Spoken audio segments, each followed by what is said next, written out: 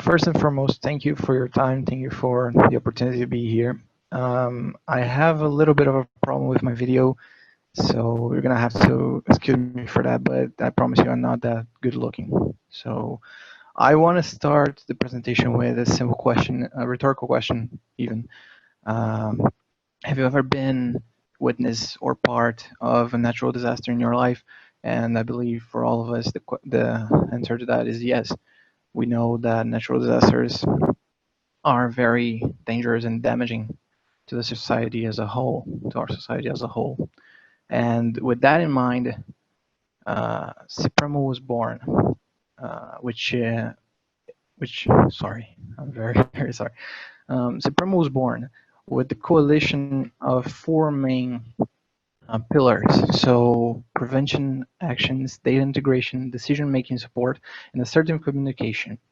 Uh, Over our research, we discovered that more than 42 billion $42 were lost due to disasters last year, and domestically, more than 173 billion were lost in 4 years, and over 160 deaths were occurred in Brazil. Other than that, there were structural and social damages, and the public opinion on governments at the time was very, very decreasing. So we started to work on the following disasters. Thinking about that, we started to work on the following disasters, which are the main disasters here in Brazil, which are inundation, flood, landslide, flat floods, storms, extreme temperatures, which affect mainly crops, humidity variation, droughts, and mud flow. So how Supremo works? We have a system that is served to our customers via a subscription, a annual subscription with monthly fees, and the system behind it works as a three-layered structure, which is comprised of first an ETL to extract and normalize all data. Second, machine learning models to like as I said, model the disaster itself. What are the main components of the disaster? What are the main risk factors of the disaster happening? And a third, deep learning system to try and predict how the disaster is going to evolve and behave over time.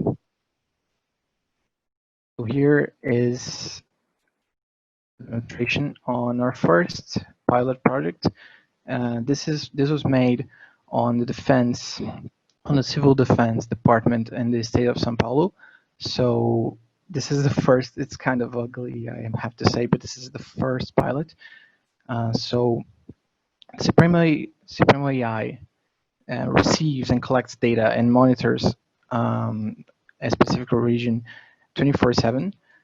If it picks up anything, any abnormal weather conditions, it already tries to predict what will happen in the next few hours, and it shows it it always shows it promptly to the stakeholders, which can make a decision, send a squad, or even communicate to all people who may be involved, who may be in that area, to evacuate or to follow all instructions needed.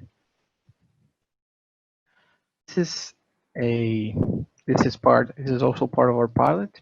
So we predicted in February of this year a great peak of rain, which caused many floods. I believe over 600 flood points on the Barueri region, which is very close to our city, to our São Paulo city. And we predicted that with around 71% of accuracy.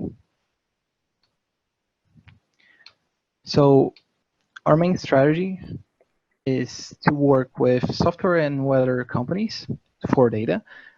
We have our own hardware, and we also work very closely with. I'm really sorry, I have to stop you there. It was over time.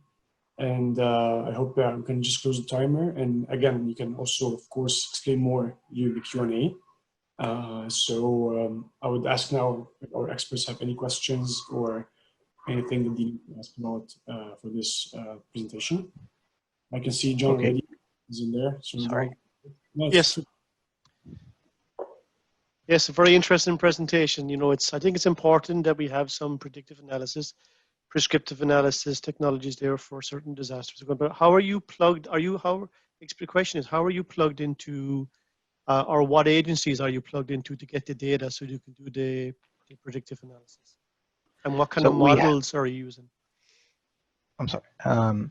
We're using mainly ARIMA models or SRIMA models to account for seasonality or time passage. We're also using regressive models, a myriad of regressive models on another layer. We have contracts. We have contracts and partnerships with both academic institutions such as IPT and University of São Paulo and Book to gather data, mainly to gather specialized data, so soil analysis, wind analysis from the institutes, and weather data from third-party companies like Climatempo and even NOAA. Okay. And is the future goal of your application that it can be like for consumers that they can have an application on their phone? Or is this something that will be sold to telecommunication companies? Who is the end customer? So we have two fronts on this. The first front, major front, is to be a B2G business, so selling to governments directly. We believe we have, in fact, many pilots with other civil security departments all around the metropolitan region, which is comprised of 39 cities. Of those 39, we already are in 10 of those. We also have a B2B segment, which would be mainly logistic. Beg your pardon. Logistics businesses and security assurance. Okay. And how large is your company today? I know you're a startup, but how many team members do you have? We are currently on 17 members. We are a very little startup, small startup right now, but we are thinking of expanding. We need some other specialists on the case as soon as possible.